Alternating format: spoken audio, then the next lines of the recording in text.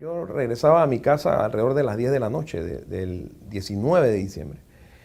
Cuando llego a mi casa suena el teléfono de mi casa. Cuando yo tomo el teléfono y era el capitán Moisés Cortizo, que era jefe de la quinta compañía de policía militar Victoriano Lorenzo, cuya sede estaba en el Fuerte Amador. Y él tenía la responsabilidad como policía militar panameña de la compañía Victoriano Lorenzo, de la Fuerza de Defensa, de mantener el contacto según los tratados con la contraparte norteamericana de la policía militar. El batallón, el Comando Torrejista 16 de diciembre, al que yo pertenecía, hacía cabeza en la quinta compañía Victoriano Lorenzo. Por eso él me llama y me dice: Benjamín, hemos perdido la comunicación con la contraparte. La contraparte era la policía militar norteamericana porque había patrullaje conjunto, porque los tratados así lo establecían. Y todas las patrullas panameñas que hacían patrullaje conjunto con los norteamericanos simplemente salían del sistema, se perdían. No se perdía la comunicación. Cuando entraban a las bases norteamericanas, recordemos que en esa época, por eso hay que hacer un poco de docencia, ¿no? En esa época había 14 bases militares de los Estados Unidos en Panamá. Había cerca de 13.000 soldados norteamericanos en Panamá antes de la invasión. Con la invasión vinieron otros 15.000 o 20.000 más. Y esas 14 bases militares estaban distribuidas en todas las áreas revertidas, desde el Atlántico hasta el Pacífico. Y él me dice: hemos perdido la comunicación con ellos. Y yo le digo: yo voy para Amador. Tomé mi vehículo con un compañero que estaba conmigo, Tuñón, le digo: vámonos para Amador. Cuando voy entrando a Amador, la garita de entrada, ahora eso no existe, nada de eso existe. Entonces un poquito, a lo mejor los que conocen pueden saber, ¿no? Había una garita donde había dos policías, uno panameño y uno norteamericano.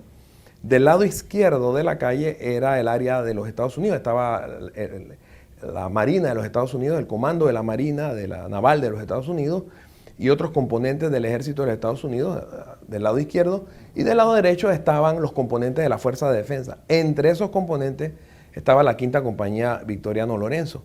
Cuando embocamos la vía, salimos de la curva, embocamos para entrar a Fuerte Amador, la garita estaba oscura, no había ningún soldado. Y todo el ala izquierda de Fuerte Amador estaba oscura, había un blackout. Solo había luces del lado panameño, del lado norteamericano estaba todo oscuro. Y realmente lo que sentí en ese momento fue una sensación muy extraña, muy indescriptible, porque era como un presagio, digo yo, porque, ¿cómo decirlo? Era como una opresión. Cuando entramos por esa garita, ¿no? Y vimos eso oscuro y la situación. Así que pasamos por detrás del edificio del COGECODESE, que era el Consejo de Coordinación de los Tratados para la Defensa.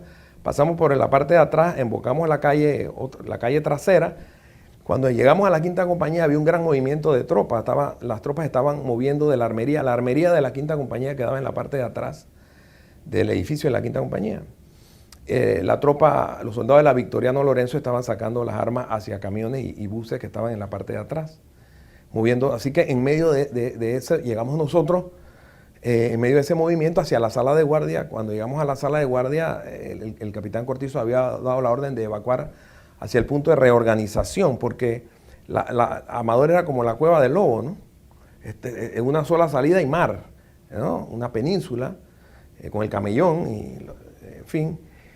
Así que había dado la orden de evacuar. Toda esa zona se había dado orden de evacuar, así que estaban sacando las armas y los pertrechos hacia el punto de reorganización. El punto de reorganización era en la Avenida de los Mártires. Y otro punto era en el área de La Canina, donde ahora está la Juan Pablo II. Ese era otro punto de reorganización.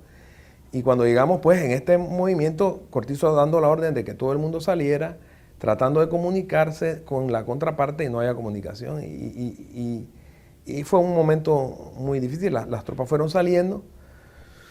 Alrededor de la medianoche oímos las primeras detonaciones de fuego de ametralladoras hacia el noreste donde estábamos nosotros. Fuego pesado. Y luego, ya pocos segundos después, el fuego directo de las tropas que estaban movilizadas frente a nosotros. Del lado oscuro del fuerte, del lado oscuro de Amador hacia la posición en la que estábamos nosotros, que eran las barracas, dicho sea de paso, construidas para la Segunda Guerra Mundial, ¿no? Eran barracas pesadas de doble muro, y comenzaron entonces a disparar a donde estábamos nosotros, a nuestra posición, del área oscura hacia donde estaba la posición de la quinta compañía, donde estábamos nosotros.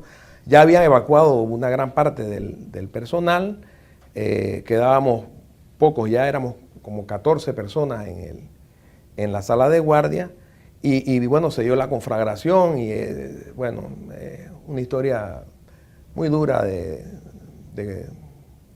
lucha y de dolor. Bueno, esos días fueron días terribles, ¿no? Días ¿cómo le digo yo? De frustración, de dolor, de temor, de rabia, de impotencia, en fin, es algo realmente muy, muy difícil, ¿no? Muy difícil, y sobre todo cuando uno recuerda a compañeros, ¿no? de uno, Manuel Carol, Alejandro Hubbard, Ángel Benítez, en fin,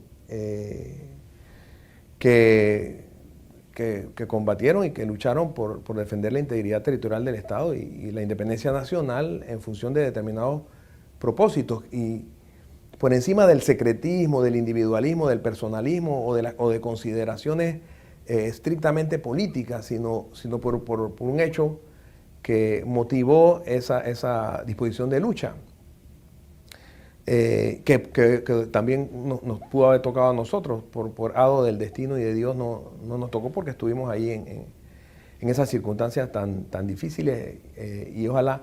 No hay nada peor que la guerra, nada, no existe, y quienes la hemos sufrido y visto de cerca, no existe nada peor que la guerra, y todo lo que se tenga que hacer para evitar la guerra, para evitar la intervención, que sea la solución militar de una invasión, las que prevalezcan, debemos evitarla. Por eso debemos buscar siempre la solución política. Y en ese sentido decía von Clausewitz que la guerra es la extensión de la política con otros medios. Yo difiero de von Clausewitz. No hay que llegar a esos otros medios cuando deben agotarse las opciones políticas. Por eso insisto en que tal vez no pudimos o hubo intervenciones de parte y parte que impidieron llegar a fórmulas de avenimiento para evitar la acción militar. Es decir, yo pienso que la guerra debe ser evitada a toda costa, y nadie debe propiciarla. Es decir, nadie puede propiciar que vengan e invadan. O sea, nadie puede propiciar que venga un ejército a invadir un país y aplaudirlo de esa manera tan unilateral, ¿no? Tan unilateral y tan beligerante como ocurrió en Panamá hace 26 años, ¿no? Que debe ser superado. Yo pienso que nosotros debemos mirar hacia adelante y entender que siempre deben darse soluciones políticas. Y ese es un elemento en el cual creo profundamente para construir una mejor sociedad.